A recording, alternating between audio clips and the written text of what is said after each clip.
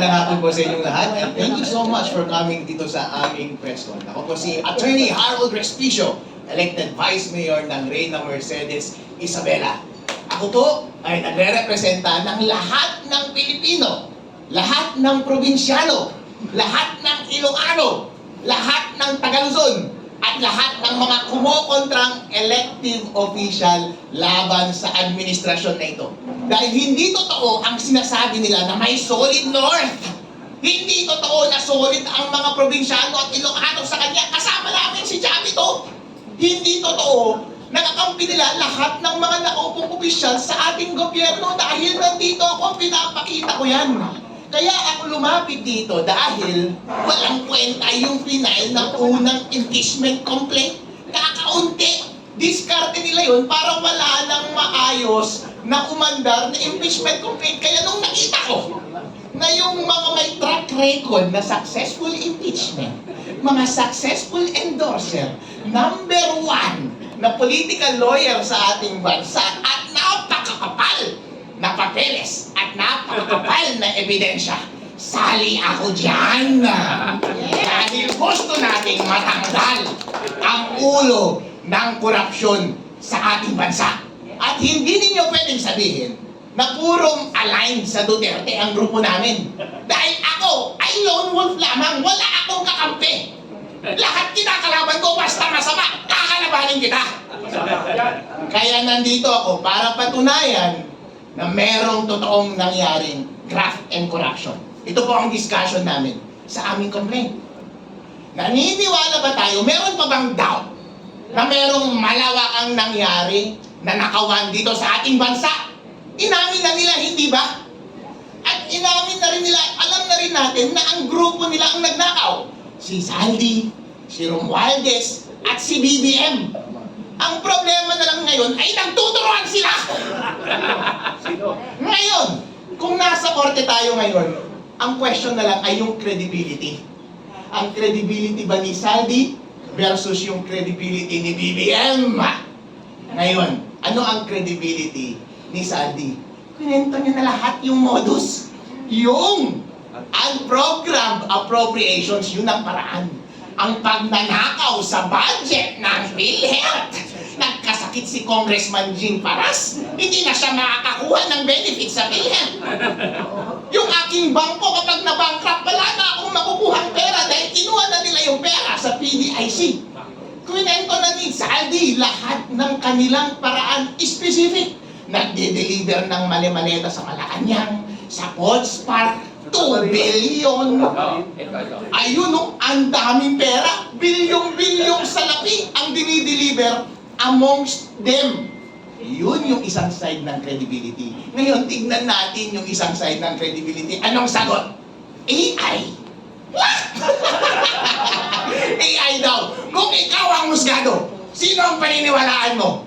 Yung kasama sa conspiracy na tinuturo nila ang bawat isa o yung nagpapalusot na mastermind? Alam na yan. Kapag ikaw ang musgado, convicted yan. Kaya ang tanong lamang, ang simpleng question lamang, on the ground of graft and corruption, dito sa aming impeachment complaint, maniniwala ka ba kay Saldi? Kapag naniniwala ka kay Saldi at hindi ka naniniwala sa palusot ni BBM, impeach dapat si BBM dahil ground for impeachment ang graft and corruption. Magdagdag lang ako, no? Hindi lang graft and corruption. Yung pagtanggap ng 2 billion per month SOP or 57 billion na kickbacks, allegedly, na dineliver ni Saldico sa kanya, kay President Marcos Jr., na responded in our impeachment complaint, yan po ay violation ng Constitution, culpable violation. I'm referring to Article 7, Section 13. Bawal ang conflict of interest. Bawal kumuha ng kickbacks. Bawal tumanggap ng regalo sa mga transaksyon sa gobyerno. Saan ba galing itong 57 billion or 2 billion per month? Sa mga kontraktor po ito na may transaction sa gobyerno. Yan ang culpable violation of the Constitution of the President aside from Republic Act 3019, anti-graft law. Dalawa po ang kanyang violation dito sa kickback scheme or SOP na sinabi ni Saldico. Yung bribery ay kasama na sa graft and corruption, kasama na rin siya dito sa Article 7, Section 13 of the Constitution? Just a short, alam mo, si Sandy, personal friend ko. At sinabi niya talaga yung mga sinasabi niya tungkol kay Marcos. No? In fact, he told me na baka tanggalin na siya sa Appropriations Committee dahil hindi siya nakadeliver sa amount na napakalaki na hinihingi nila Marcos Jr. at pamilya niya.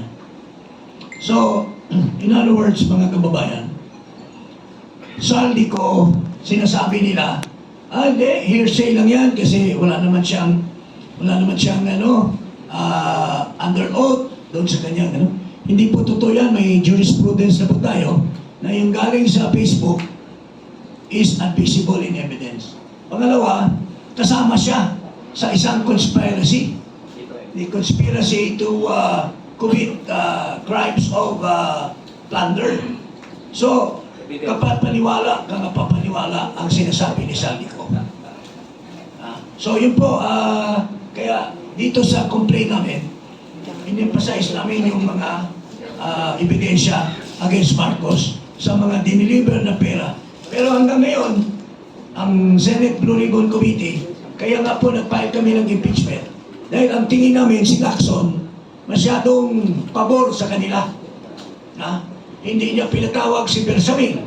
Hindi niya pinatawag si Amina. Tingnan mo si Amina, katuwang pa ni Mike, defensor sa kasal. Dapat yun, isasalang yun. Kasi sinasabi ni Saldico, nung nagpa-insert si Marcos ng 100 billion pesos, tumawag sa kanya si Amina, pangalaman. Tapos, i-clear niya na, o kung gusto mo i-clear, si Adrian Bersamin. Pero, hindi ito tinawag ni Lacson. So, kaya, our only recourse is this impeachment para isigaw namin sa taong bayan na ito po yung katotohanan. Dito, formal na namin hinain dito sa Kongreso. I'd like to formally announce also, kasi dito po, nandito na sa articles namin, pero Saldico mentioned 25 billion pesos na siya ang nagdala. Pagkatapos nagkaroon ng investigation kailan lang sa Blue Ribbon Committee, in-establish ang tamarin na drop-off point. Ang sabi ni Saldico, nag-deliver ako ng 800 million kay Jojo Cadiz at one time at 200 million kay Yusek Jojo Cadiz sa tamarin para dalhin kay Pangulong Bongbong Marcos. Kagabi ho, nagpagbigay ng mensahe si Congressman Saldico. Ang sabi ni Congressman Saldico, kung papayagan ako doon sa i-final ninyong impeachment to become a state witness, kahit nasa Zoom, kasi ginagawa naman po natin yan under suspended rules, ay tatayo siya na witness dito sa grupo na nag-file ng impeachment case. So, salamat po. Ngayon, dadaling ko naman yung topic on the economic sabotage. So, yung graft and corruption, tapos na po tayo. Economic sabotage, doon po sa sugar and energy to be discussed by Congressman Jing Paras. Before I go to that, meron po muna akong may nakaligtaan. Yung sinasabi nila, si Vice President gumasto, nilustay yung pera na 125 million galing sa pondo na for confidential funds. Pero magkakaroon kaya ng paggastos si Vice President kung hindi binigay ni Marcos yung pera galing sa contingent fund? So, isa sa mga tinatakel namin na culpable violation of the Constitution is the violation of Marcos for releasing from his contingent fund 125 million plus 70 million for other expenses, pero yung 125 for confidential fund. Sinasabi ng mga experts, including former Senate President Trilon, that is unconstitutional. You can refer to the interview of Trilon and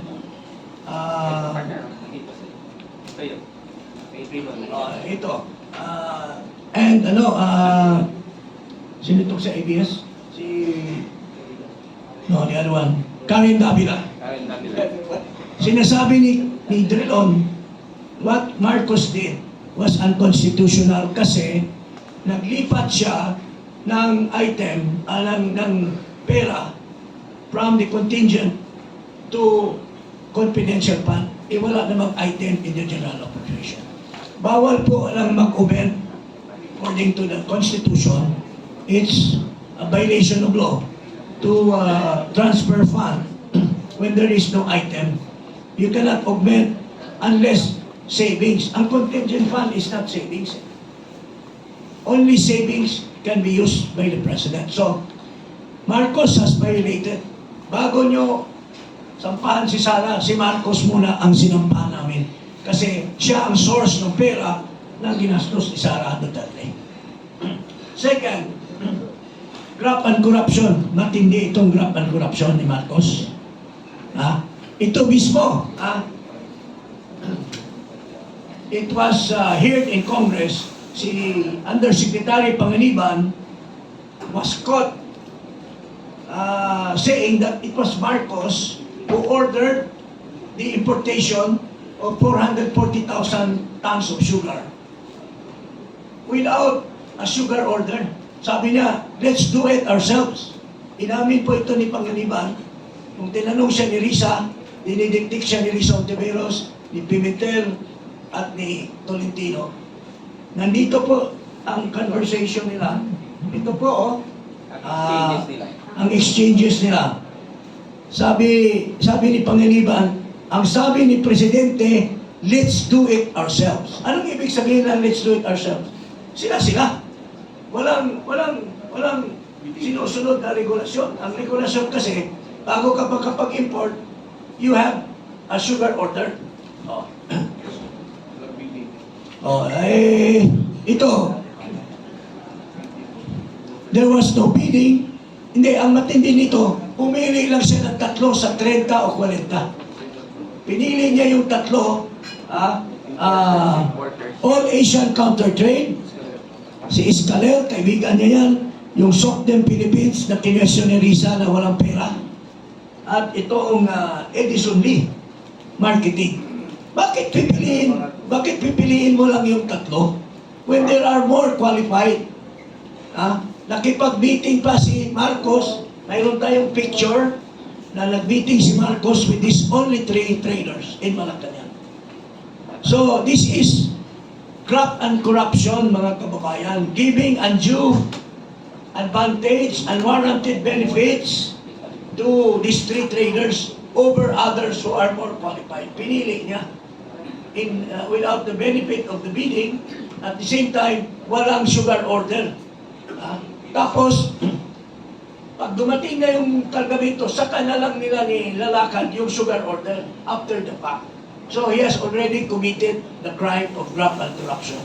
And also betrayal of public trust because he has reneged on his duty under his oath of office.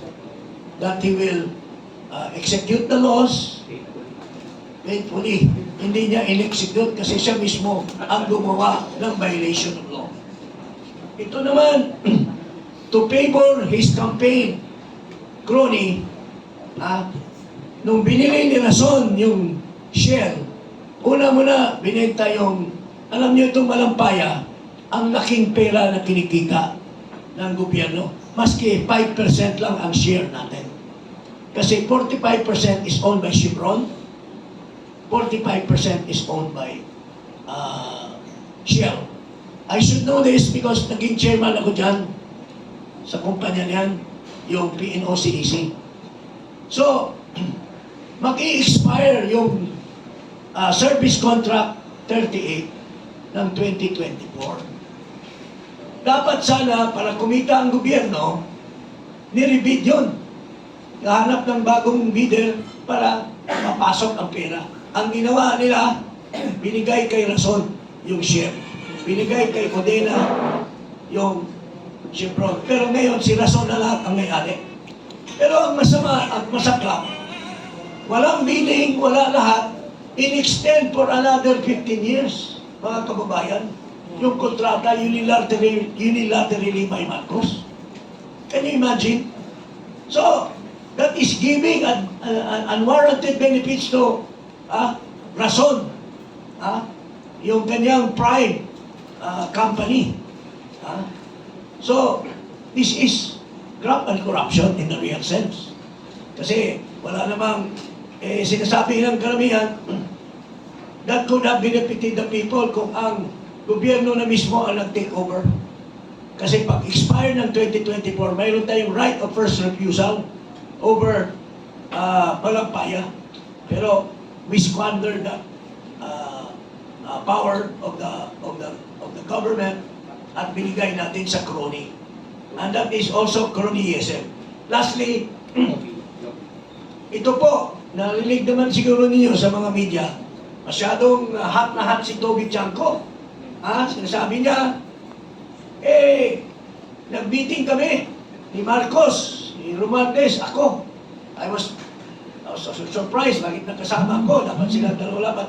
Sinabi daw ni Marcos, Martin, sobra-sobra na ba yung maraming bahay sa Forbes? Sobra-sobra na ba yung maraming Ferrari at mga airplanes? Sobra na ba ang kain mo ng kabyar? Ito sabi niya, kayo ni Salde ko, sobra na kayo, kinukuha niyo lahat ng pondo. Alam mo Martin, wala akong natatanggap dyan. Saan ko added. Okay? So, presuming na wala siyang natatanggap, pero hindi tayo naniniwala, November 2024 pa niya sinasabi ito. Alam niya na nangurakot si Martin, nangurakot si Saldi. Wala siyang sinasabi. Wala siyang ginawa. Ikaw, Presidente, you have the duty to report to the NBI, to the Department of Justice, iimbestiga at ipatanggal niya ito. Bakit naghintay pa siya doon sa zona niya? At sa mahiya kayo. Dapat hindi na siya nasabi mahiya kasi pinadekwat na sana niya si Martin. Pinadekwat na sana niya si Martin at saka si Saldi. So, that is obstruction of justice.